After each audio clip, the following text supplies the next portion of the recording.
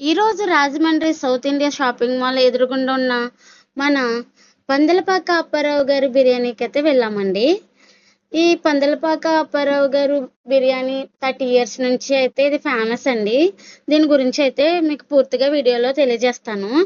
Telangana style biryani కంటే ముందే ఉభయ గోదావరి జిల్లాల ప్రజల నాలుకలకు అద్భుతమైన రుచిని పరిచయం చేసిన చరిత్ర మన రాజమండ్రికి చెందిన పందలపాక అప్పారావు గారి బిర్యానీకి మాత్రమే ఉంది.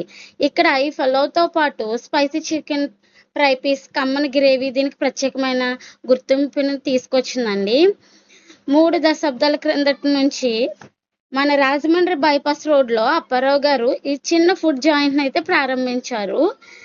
ఇక్కడ మసాలాలు ఎక్కువగా ఉండే హైదరాబాద్ బిర్యానీకి భిన్నంగా స్థానిక మసాలాలు, సుగంధ ద్రవ్యాలు ఉపయోగించి అథెంటిక్ కోడి పులావ్ మరియు ఫ్రై పీస్ చికెన్ పరిచయం చేశారు. అప్పట్లో ఇది చాలా మందికి ఫేవరెట్ స్ట్రీట్ ఫుడ్గా మారిపోయింది. ఇప్పటికీ అలాగే కంటిన్యూ అవుతుంది అనుకోండి. నార్మల్ పులావ్ కాస్ట్ వచ్చేసి 130 అండి. బాస్మతి రైస్తో అయితే 140 అండి.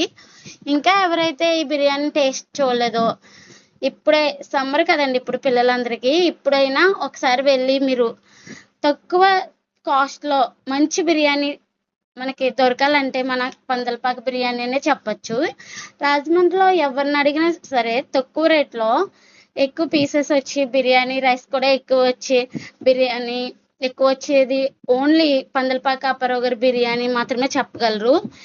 ఇదైతే మన సౌత్ ఇండియా షాపింగ్ మాల్ ఆపోజిట్లో ఉంటుందండి.